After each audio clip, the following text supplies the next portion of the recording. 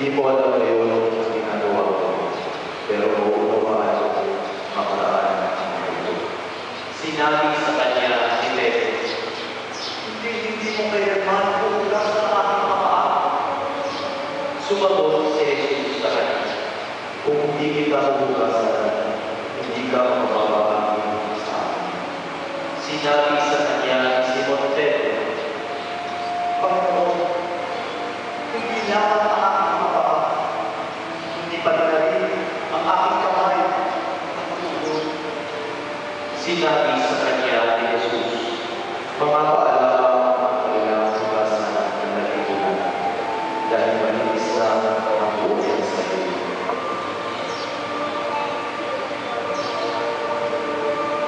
kaya nang mahugas na niya ang kanilang paa, umalik siya sa mapa, at sinabi niya sa kanya, Nauunawaan niyo ba ang ginawa ko sa inyo? Tinatawag niyo ako ito. Kayo din, kayo'y dapat maghugasan ng mga paa ng isa't isa. Isang halimbawa ang ibigay ko sa inyo upang gawin ninyo gaya ng ginawa ko sa inyo. Talagang sinasabi ko sa inyo. Walang alipin mas dakila sa kanyang Panginoon. Di walang sinubong mas dakila sa nagpadala sa kanya. pagdating ng oras, lumapit siya sa mapa kasama ang mga apostol, at sinabi niya sa kanya, Pinanabihan ko na imin ang paskong ito na kasalo ninyo bago ako mag-usap. At sinasabi ko sa inyo, hindi na ako muling kakain ko hanggang hindi ito matupad sa kaharian ng Diyos. at pagkatapos sa kalis, nagpasalamat siya at sinabi, Kunin niyo ito at pagsaluhan.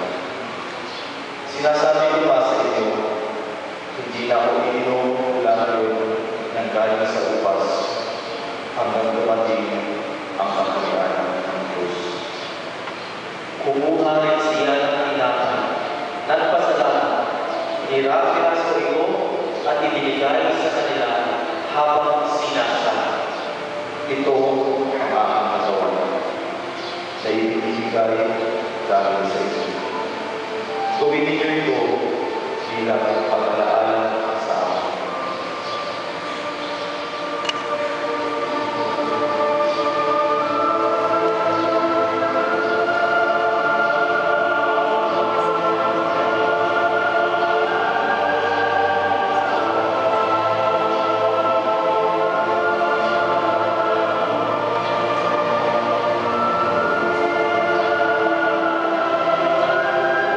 pagkatapos ng hapunan, kayo din ang ginawa niya sa kalis habang sinasabi, Ang kanis na ito ang bawat tipan sa aking dugo na ibinubuhos dahil sa inyo.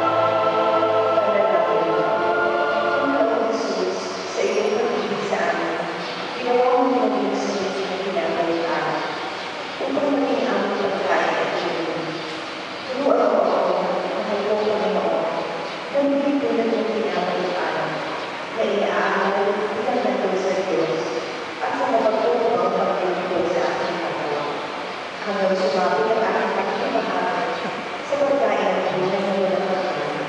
Magpakailanman. Amen. Panalangin para sa intensyon ng salupaan.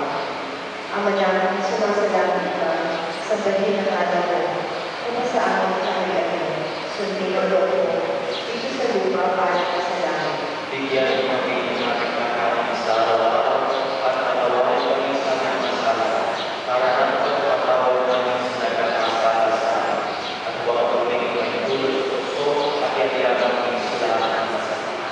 Abang Pinoong Maria, sa tumunog ka ng grasya, ang Panginoon Diyos ay sumasa iyo. Bukod ka pinagpala sa babae ng anak, at pinagpala naman ang anak ng Jesus. Santa